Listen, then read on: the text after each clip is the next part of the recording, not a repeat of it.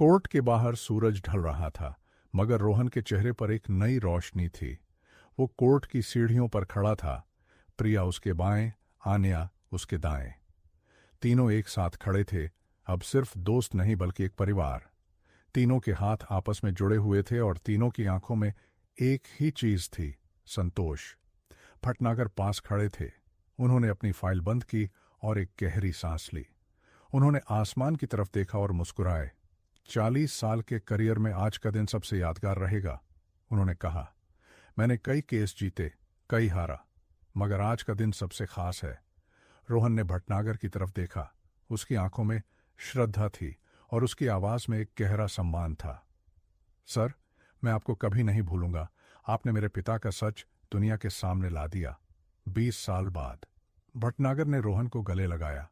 उनकी आंखों में आंसू थे और उनकी आवाज फटी हुई थी। बेटा, तूने मुझे सिखाया कि सच के लिए लड़ना क्या होता है। जब तू मेरे पास आया था, एक फटी हुई फोटो के साथ, एक पुरानी केस फाइल के साथ, तो मैंने सोचा था कि ये एक और केस है। मगर तूने मुझे दिखाया कि ये सिर्फ एक केस नहीं है। ये एक बेटे का अपने पिता के लिए प्यार है, और प्यार की कोई उम्र नहीं होती। रोहन की आंखों से आंसू बहने लगे। उसने भटनागर के पैर छुए। भटनागर ने उसे उठाया और गले लगा लिया। दोनों रोए। कोर्ट के बाहर खड़े लोग उन्हें देख रहे थे, एक वकील और एक बेटा एक साथ रोते हुए। प्रिया ने आकर दोनों को गले लगा लिया और कहा, चलो आज हम सब जश्न मनाएंगे। वो होटल जहां हम पहली बार मिले थे, वहां चलते हैं। वहीं से शुरुआत हुई थी और वहीं से नई शुरुआत होगी। आन्या मुस्कुराई। उसकी आंखों में भी नमी थी। मैं तैयार हूं, और आज कोई काम नहीं, कोई तनाव नहीं, सिर्फ जश्न और खुशी। रोहन ने सिर हिलाया।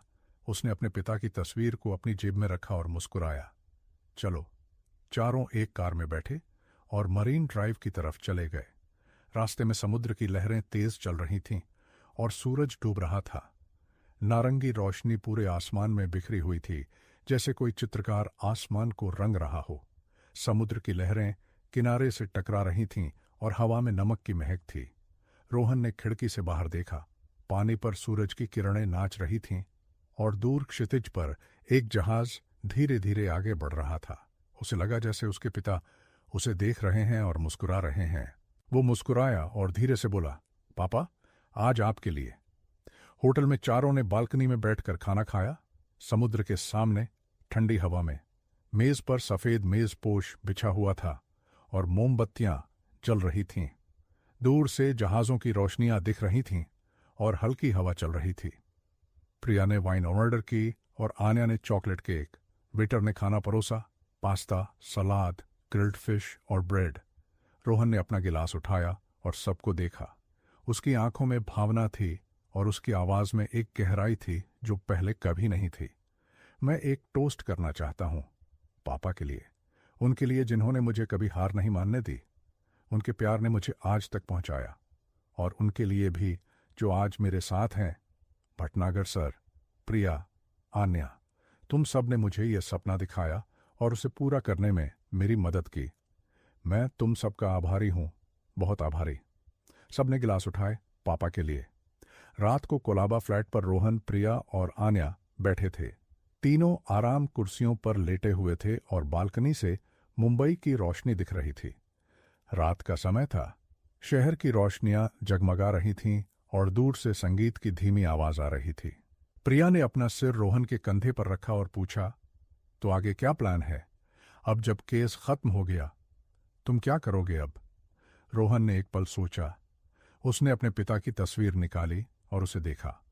मैंने सोचा है कि मैं अपने पिता का नाम एक फाउंडेशन के नाम पर रखूंगा, विक्रम राठौड़ फाउंडेशन। वो लोग जिनके साथ अन्याय हुआ है, जो सच के लिए लड़ना चाहते हैं मगर उनके पास संसाधन नहीं है, उनकी मदद करूंगा।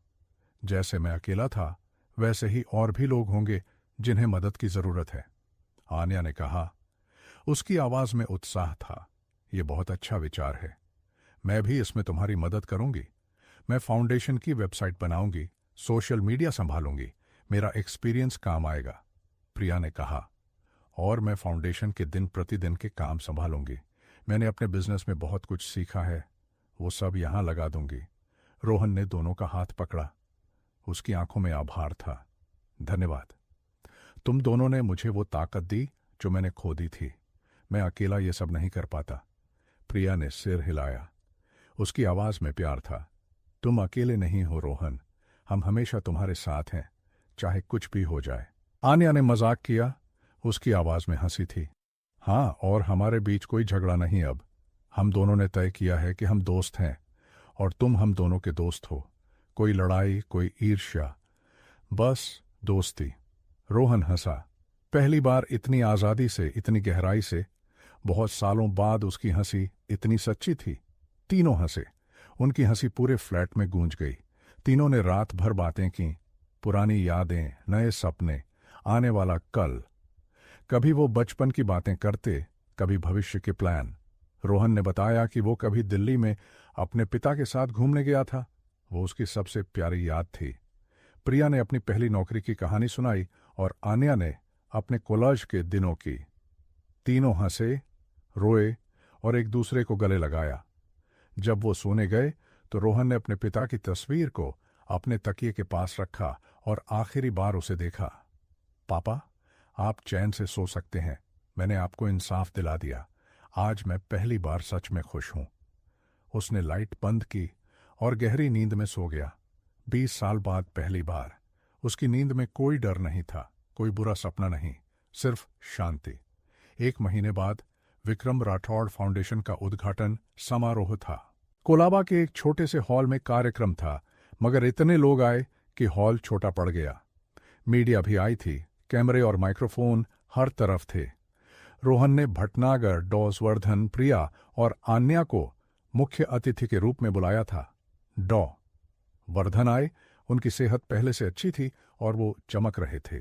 उनकी आंखों में एक नई चमक थी, एक ऐसे आदमी की जिसने अपने पाप का प्रायश्चित कर लिया था। उन्होंने रोहन को गले लगाया और कहा, बेटा, तूने वो कर दिखाया जो मैं नहीं कर पाया। तूने अपने पिता का नाम रोशन किया। विक्रम को आज गर्व होगा। भटनागर ने फाउंडेशन का उद्घाटन किया। उन्होंने रिबन काटा और तालियों की गड़गड़ाहट हुई। उन्होंने माइक्रोफोन पर कहा, यह सिर्फ एक फाउंडेशन नहीं है, ये एक आंदोलन है, उन लोगों के लिए जो सच के लिए लड़ना चाहते हैं। रोहन राठौड़ ने मुझे सिखाया कि अगर सच आपके साथ है तो कोई ताकत आपको नहीं हरा सकती। समारोह के बाद रोहन बालकनी में खड़ा था। दूर समंदर दिख रहा था और हवा में नमक की महक थी। नीचे समंदर की लहरें चल रही थीं और ऊपर नीला आसमान था। प्रिया उसके पास आई और उसके कंधे पर सिर रखकर खड़ी हो गई। उसके बाल हवा में उड़ रहे थे।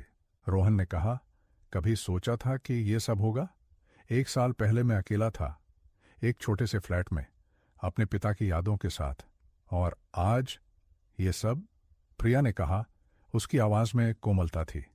नहीं, मगर मुझे खुशी है कि हुआ, और मुझे खुशी है कि मैं तुम्हारे साथ हूं। रोहन ने उसका हाथ पकड़ा। उसकी आंखों में एक सवाल था, अब आगे क्या? हमारे बारे में? प्रिया मुस्कुराई।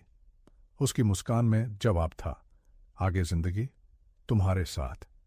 अगर तुम चाहो तो। दूर से आन्या भी आ रही थी। उसने दोनों को देखा और मुस्कुराई। वो अंदर ही रुक गई। उसने सोचा, उन्हें वो पल देना चाहिए। वो मुड़ी और अंदर चली गई, भटनागर और वर्धन से बात करने। रोहन ने प्रिया को देखा। उसकी आंखों में एक सवाल था और उसकी आवाज में हिम्मत थी। क्या तुम मेरे साथ रहोगी हमेशा के लिए? प्रिया ने उसकी आंखों में देखा। उसकी आंखों में आंसू थे, मगर वो मुस्कुरा रही थी। हां, तुम्हारे साथ, हमेशा। दोनों ने एक दूसरे का हाथ पकड़ा और समुद्र की तरफ देखा। सूरज डूब रहा था, मगर उनके चेहरे पर एक नई सुबह थी। दूर क्षितिज पर सूरज की आखिरी किरणें चमक रही थीं, जैसे नई शुरुआत का संकेत। अंदर से भटनागर और वर्धन की हंसी आ रही थी। दोनों पुरानी यादों में खोए हुए थे, विक्रम की बातें कर रहे थे। वर्धन ने बताया, एक बार विक्रम ने मुझसे कहा था कि अगर मैं कभी नहीं रहा तो मेरा बेटा मेरा बदला लेगा। मुझे लगा वो मजाक कर रहा था, मगर आज पता चला कि वो सच कह रहा था। उसका बेटा मैं रोहन, उसने वो कर दिखाया।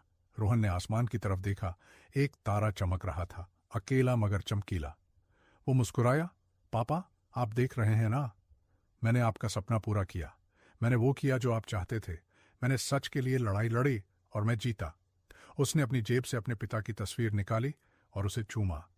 फोटो में विक्रम मुस्कुरा रहे थे, जैसे वो कह रहे हों, शाबाश बेटा। रोहन ने तस्वीर को अपने दिल के पास रखा, हमेशा के लिए। प्रिया ने उसका हाथ पकड़ा। चलो अंदर चलते हैं, तुम्हारी फाउंडेशन के पहले मेंबर्स इंतजार कर रहे हैं, वो तुमसे मिलना चाहते हैं। रोहन मुस्कुराया और अंदर चला गया।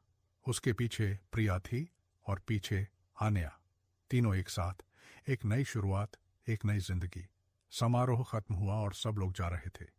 रोहन दरवाजे पर खड़ा था, हर किसी से हाथ मिला रहा था, हर किसी को धन्यवाद कह रहा था। भटनागर ने उससे हाथ मिलाया और कहा, रोहन, तुमने मुझे गौरवान्वित किया। मैं तुम्हारे पिता को जानता था और मुझे पता है कि वो आज बहुत खुश हैं। भटनागर चले गए, फिर डॉ. वर्धन। उन्होंने रोहन का सिर चूमा और आशीर्वाद दिया, बेटा तू हमेशा खुश रह। आखिर में प्रिया और आन्या बची थीं, दोनों रोहन के साथ खड़ी थीं। रात की हवा चल रही थी और मुंबई की रोशनियां जगमगा रही थीं। हॉल के बाहर सन्नाटा था और ऊपर तारे चमक रहे थे। एकदम साफ आसमान था, जैसे कोई नया जीवन शुरू होने वाला हो। रोहन ने दोनों को देखा और कहा, चलो घर चलते हैं। प्रिया ने मुस्कुराकर पूछा, कौन सा घर? वो छोटा सा फ्लैट जहां तुम रहते थे, या कोई और? रोहन मुस्कुराया। उसकी आवाज में कोई हिचक नहीं थी। वहीं जहां तुम दोनों हो, तुम्हारे साथ जहां भी, वही मेरा घर है। कोई जगह नहीं, कोई पता नहीं। तुम दोनों मेरा घर हो।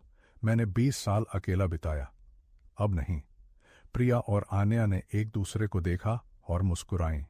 तीनों ने हाथ पकड़ा और साथ में अंधेरे में चल दिए, मुंबई की सड़कों पर, एक नई सुबह की तरफ। उनके पीछे हॉल की रोशनी धीरे धीरे दूर होती गई और आगे शहर की रोशनियां उनका स्वागत कर रही थीं। दूर से कोई गाना बज रहा था, पुराना मगर सुंदर। रोहन ने आखिरी बार पीछे मुड़कर देखा, जहां कोर्ट था, जहां फैसला हुआ था, जहां उसके पिता को इंसाफ मिला था। फिर वो आगे बढ़ गया, अपनी नई जिंदगी की तरफ। समाप्त।